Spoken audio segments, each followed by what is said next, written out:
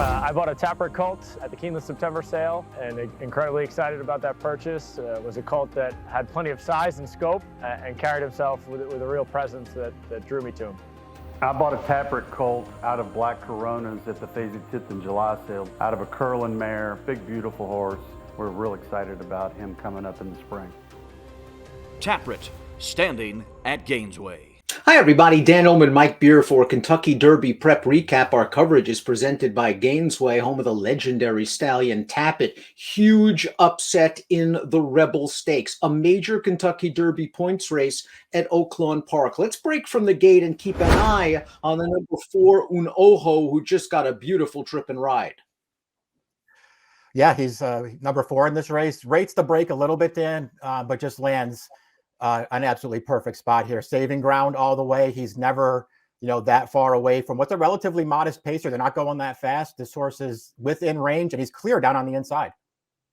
Kavad, as expected, breaking from the rail, makes the lead. There's your big favorite, the previously undefeated Newgrange. Odds on in this race and sitting in a good spot second off the rail. Mike, no excuses right here. Oh, yeah, no excuses for this horse at all. He set a perfect trip right up close to, again, a relatively modest pace here. He's in the clear on the outside. The horse that beats him is moving up to his inside right now, Dan. The horse that finishes second is sitting to his outside. He just really has no excuse in here. He tries to get involved around the second turn. He does not have enough horse, and he gets very tired through the stretch. Now, the track was officially listed as fast for this race. There was rain. It did look like there was some moisture in the track. Here comes Newgrange now. He's attacking Kavad, but as you see, Unoho is moving very comfortably. And on the outside, Ethereal Road, coming off of a maiden race in which he didn't break very well for Mr. Lucas, making a strong 4-wide bid. Yeah, I mean, he got a good trip in this race too. Although, listen, he's 4-path around the second turn while the winner's, saving all the ground. Does that make the difference in the end? I mean, I guess you could argue that if you wanted to.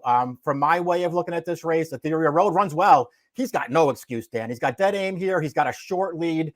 And it looks like Unoho is just sort of idling down on the inside. But it's Ethereal Road who really doesn't finish that well in here. I agree. Ethereal Road had all the momentum. He had the lead. He had a distance-challenged and tired Kavad, exhausted to his inside. And you're right. It looked like Unoho was just one pace, but Unoho was able to outstay Ethereal Road. Only his first start against winners, however. No excuse for Newgrange, who was a beaten horse turning into the stretch. What did you think of Barbara Rhodes' performance, Mike? He keeps bobbing and weaving in the lane. He finished with a little bit of interest to nip Kavad for the show spot.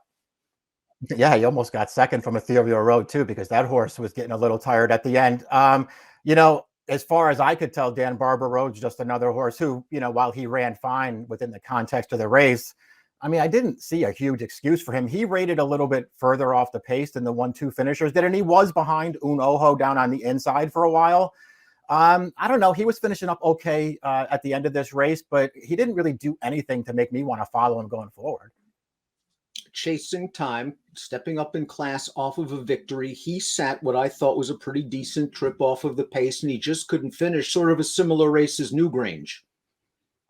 Yeah, he was pretty disappointed in this race, I thought. Another horse who got a really good trip, just didn't have any finish at all when the real running started there about the top of the stretch. It's interesting too, Dan, because he seems to me like a horse when you watch all of his races now. He's got a pretty good amount of early speed, and they never use it. And he's also a really good gate horse. He breaks from the gate very alertly. When you go back to the start of this race, it felt like if they wanted to, they could have put this horse right on the lead, but they didn't want to. Speaking of a horse that didn't show speed, we expected Ben Diesel to be a little bit closer to the pace. That did not happen, and he was just one paced throughout. Yeah, I thought he could have been closer in here too, but that, I guess, wasn't the plan. They took him in hand right after the start of this race. He just sort of sat back off the pace on the outside. He never really made any kind of an impact here. Let's talk a little bit about Dash Attack and whether you think he's now been exposed. He didn't take a lot of money in this race, although being a prior stakes winner at Oaklawn Park. A little bit of a shoe repair for this horse in the paddock. As usual, he dropped well off of the pace, and he was moving a little bit at the end, but I was disappointed. Yeah, he didn't really make an impact in this race either. I don't see, what you could really come up with as an excuse for him. He was, back off of a relatively modest pacer, but he saved a lot of ground. He didn't have much kick. Let's take a look at the one-eyed gelding Un Ojo, trained by Ricky Courville. Really nice ride from Ramon Vasquez. This horse has now won 2 of 6 starts. In his prior race, he ran in the Withers, a Derby points prep up in New York, and he was no match for early voting. He dropped way out of it in the early portion of that race, and then he sort of just clunked along to finish second when no one else was doing any running. This was an improved performance, but it's worth noting that the buyer for the Rebel came back low, Mike, only an 84.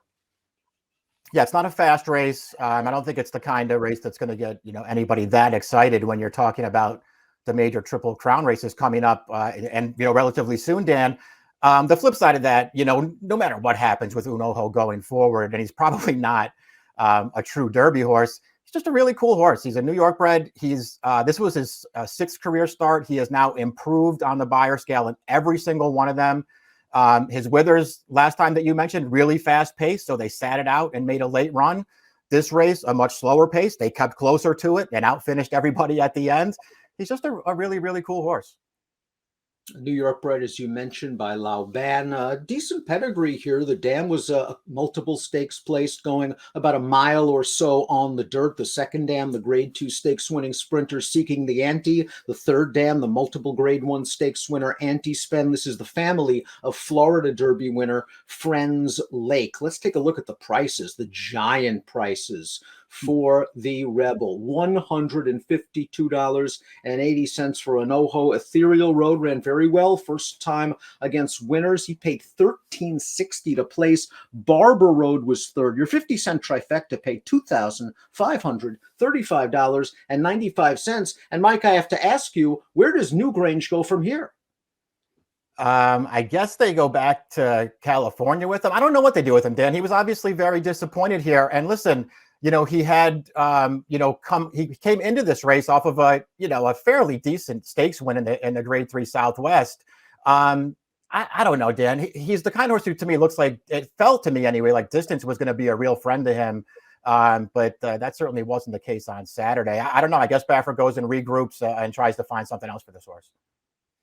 Un Ojo wins the Rebel. He is going to the Bluegrass at Keeneland for his next start, potentially a final prep for the Kentucky Derby.